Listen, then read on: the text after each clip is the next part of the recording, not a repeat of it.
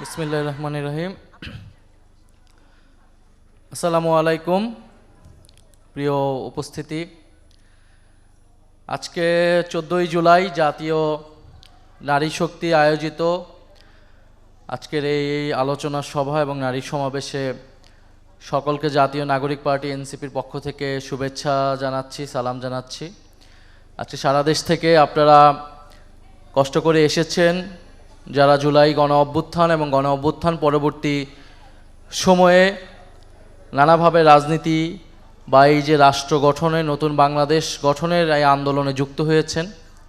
সে পরিচিত মুখগুলোকেই আমি দেখতে পাচ্ছি এখান থেকে, বিভিন্ন বয়সের, বিভিন্ন শ্রেণীর, বিভিন্ন পেশার। আজকে আমরা জানি আজকে 14ই জুলাই।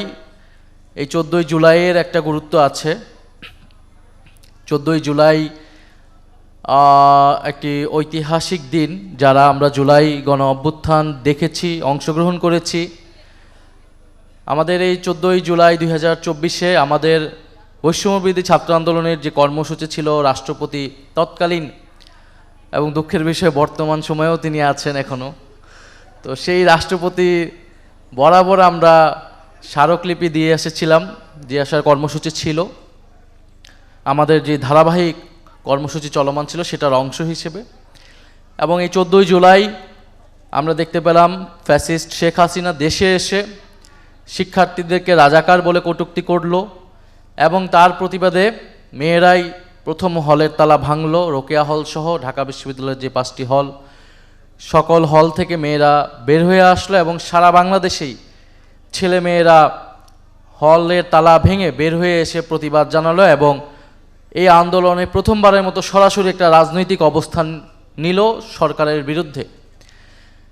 এবং ফলশ্রুতিতে 15ই জুলাই আমরা দেখলাম যে ঢাকা বিশ্ববিদ্যালয়ের নারী শিক্ষার্থীদেরকে টার্গেট করা হলো। সেদিনে সেই কর্মসূচি, সেই বক্তব্যের প্রতিবাদ, শেখ হাসিনার বক্তব্যের প্রতিবাদের যে সমাবেশ ছিল, সেখানে নারী শিক্ষার্থীদেরকে ব্যাপকভাবে আক্রমণ করা হলো, নির্যাতন করা হলো, আহত করা হলো। ঢাকা মেডিকেলে শত শত শিক্ষার্থী সেদিন আহত হয়েছিল, নারী পুরুষ নির্বিশেষে। এবং সেই দৃশ্য সারা বাংলাদেশের মানুষকে আলোড়িত করেছে, আন্দোলিত করেছে এবং পুরা বিশ্বে সে নারী নির্যাতনের দৃশ্য কিন্তু ছড়িয়ে পড়েছিল। এবং সেই 14 এবং 15ই জুলাই সেই নারীদের এই অগ্রযাত্রা কারণেই এই আন্দোলন গণ অভ্যুত্থানের দিকে ধাবিত হয়। এবং গণ অভ্যুত্থানে আমাদের অনেক নারী শহীদ, আমি জানি না নারী শহীদ হিসেবে বলাটা কতটুকু যৌক্তিক, কিন্তু অনেক নারীরাই আন্দোলনে সরাসরি অংশ নিয়েছে, আহত হয়েছে এবং শহীদ হয়েছেন। শহীদ মেহেরুন্নেসা, নাইমা সুলতানা, রিয়াগব সহ আমরা জানি কয়েকজন শহীদ হয়েছেন। অনেকে সরাসরি আন্দোলনে গিয়ে রাজপথে শহীদ হয়েছেন।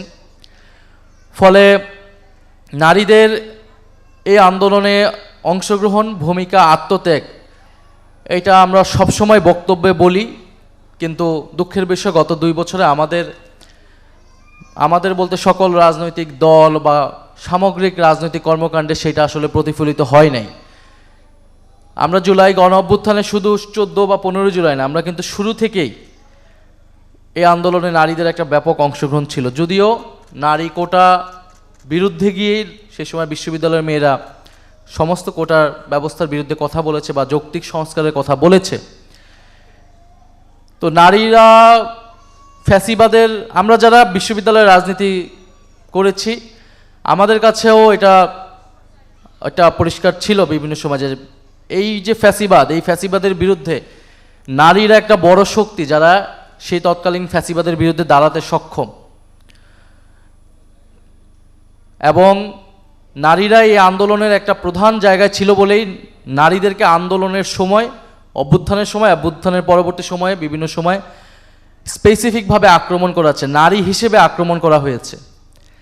কারণ না হলে 15ই জুলাই নারীদেরকে লক্ষ্যবস্তু করা হতো না আক্রমণে, কারণ তারাও ভাবছিল যে নারীরাই ছিল আন্দোলনের বৈধতা। নারী না থাকলে, বা আমাদেরকে এখনও বিভিন্ন সময় এইভাবে ফ্রেমিং করানোর চেষ্টা করা হয় যে নারী নাই এনসিপির সাথে বা জুলাইয়ের সাথে, নারীরা নাই, নারীরা চলে গিয়েছে।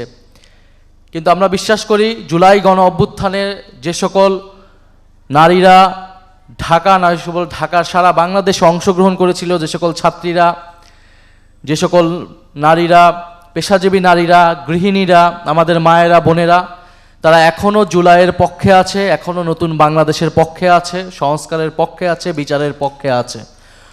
হয়তো অনেক বাস্তবতার কারণে, সামাজিক এবং রাজনৈতিক কারণে অনেকেই মাঠে সেই সক্রিয়তাটা ধরে রাখতে পারে নাই, রাজনৈতিকভাবে সামনে এগিয়ে আসতে পারে নাই, আমরা যদি সেই স্পেসটা করে দিতে পারি নাই।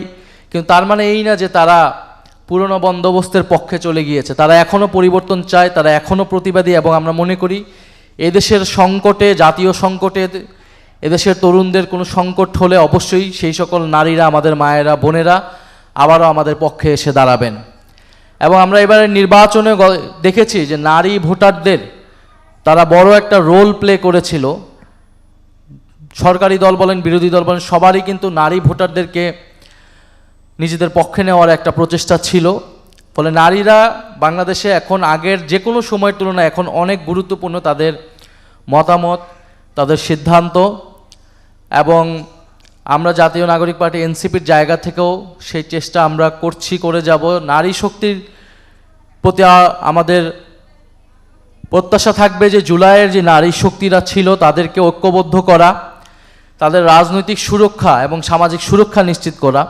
কারণ আমরা দেখেছি জুলাই গণ অভ্যুত্থানের পরবর্তী সময়ে যে নারীরা যেই বিভিন্ন আক্রমণের শিকার হয়েছে, সাইবার বুলিংয়ের শিকার হয়েছে, ফ্যাসিস্টদের দ্বারা শিকার হয়েছে, কখনো কখনো নিজ দলের সহকর্মীদের দ্বারা শিকার হয়েছে, প্রতিপক্ষ বা প্রতিদ্বন্দ্বী রাজনৈতিক দলের দ্বারা নারীরা শিকার হয়েছে বা শিকার হয়ে যাচ্ছে ক্রমশ।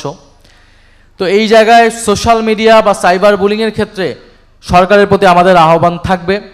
আমরা দেখছি যে নতুন আইন করছে, তো সেই খাতে যাতে এই সংবেদনশীলতা রাখা হয় নারীদের, এবং নারীরা যেই দলেরই হোক, যেই মতেরই হোক না কেন, আমরা যাতে তাদের নারী হিসেবে তাদেরকে বিরোধিতা করার জন্য আমরা তাদের চরিত্র হনন বা এই ধরনের কাজ থেকে বিরত থাকি, এবং যারা এই কাজগুলো করে তাদেরকে আমরা প্রতিহত করি।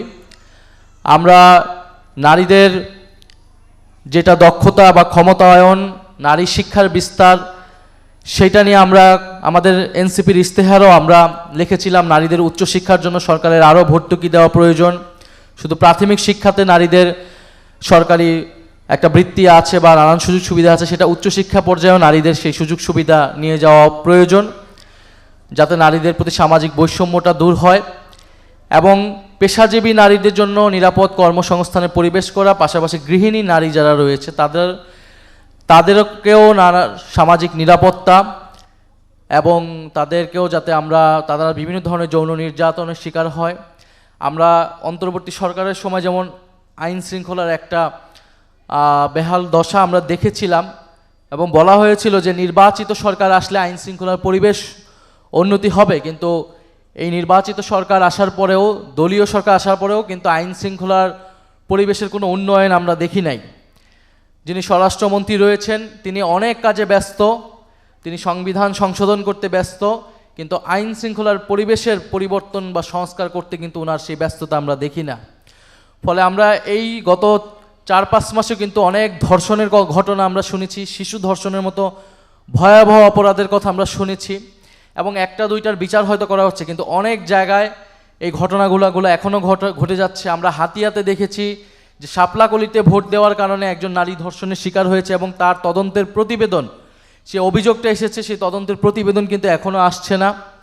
ফলে এই যে এই ধরনের ঘটনা ঘটছে সামাজিকভাবে, রাজনৈতিকভাবে, তো এই সরকার যদি গতানুগতিকভাবে চলে, আগের সরকারের মতো অবস্থান নেয় এবং নারীদের জন্য কোনো এই সামাজিক রাজনৈতিক নিরাপত্তা নিশ্চিত না করে, তাহলে এই সরকার জুলাই গণ অভ্যুত্থানে যে নারীদের কন্ট্রিবিউশন বা আমাদের সকলের যেই প্রত্যাশা, সেইটার পক্ষে সম্মান প্রদর্শন করবে না বলে আমরা মনে করছি।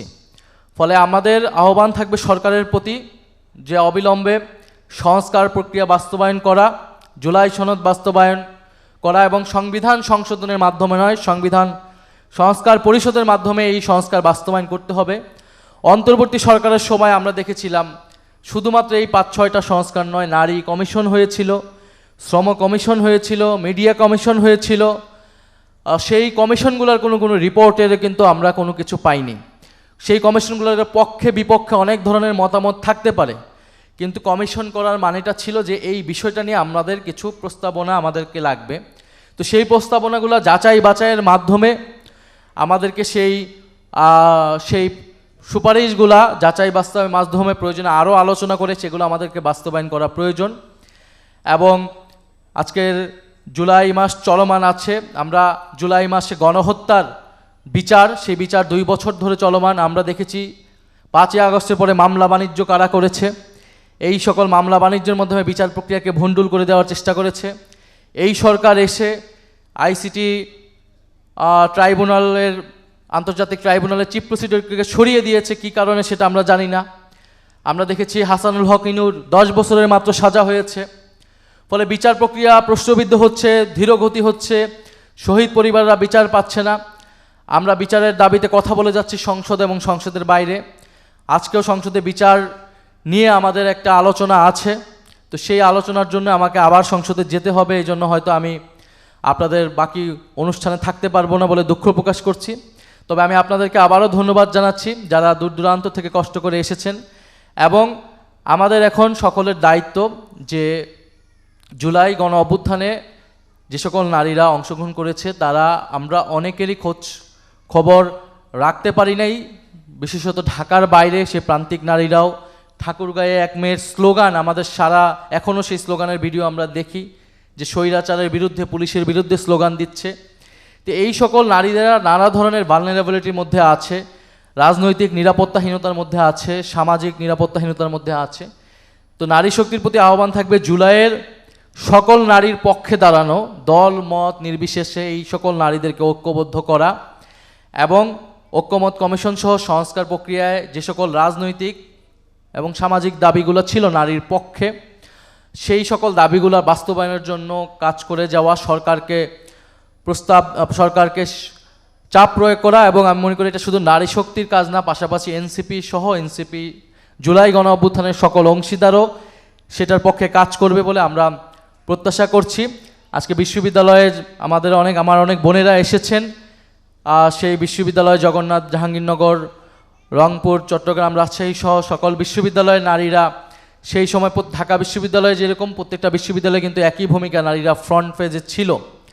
এবং একটা প্রশ্ন আমাদেরকে কিন্তু বারবার সম্মুখীন হতে হয়েছে যে জুলাই গণ অভ্যুত্থানে এত নারী ছিল, সম্মুখভাগে ছিল, আজকে তারা নাই কেন? গণ অভ্যুত্থান পরবর্তী এই প্রশ্নটা আমি মনে করি যৌক্তিক এবং এই প্রশ্নটা নিয়ে আমাদেরকে কাজ করতে হবে যে নারীদের না আসার পিছে অনেকগুলো দায় আছে, অনেক সমাজ বাস্তবতার দায় আছে, সেইটা নিয়ে আমাদের কাজ করতে হবে এবং নারীরা যাতে রাজনৈতিকভাবে এগিয়ে আসতে পারে, সামাজিকভাবে এগিয়ে আসতে পারে, সেটার জন্য আমাদের কাজ করতে হবে। সংসদে দুঃখজনকভাবে আমাদের নারীদের প্রতিনিধিত্ব এইবার হয় নাই। যেই পরিমাণ নারী সংসদ সদস্য মনোনয়ন দেওয়ার কথা ছিল বেশিরভাগ দল সেই কমিটমেন্ট কিন্তু রাখে নাই। জুলাই সনদের এনসিপি চেষ্টা করেছে, যেহেতু জোটে ছিল তার পক্ষেও বেশি সম্ভব হয়নি, কিন্তু আমরা চাই সংরক্ষিত এবং এর পাশাপাশি প্রত্যক্ষ নির্বাচনে নারীরা অংশগ্রহণ করবে সরাসরি। যে জুলাইয়ের যে নেতৃত্ব এসেছে, যে নতুন নারী নেতৃত্ব তৈরি হয়েছে, শুধু নারী নেতৃত্ব হিসেবে না, পুরো দেশের মানুষের কথা সংসদের বাইরে তুলে ধরবে।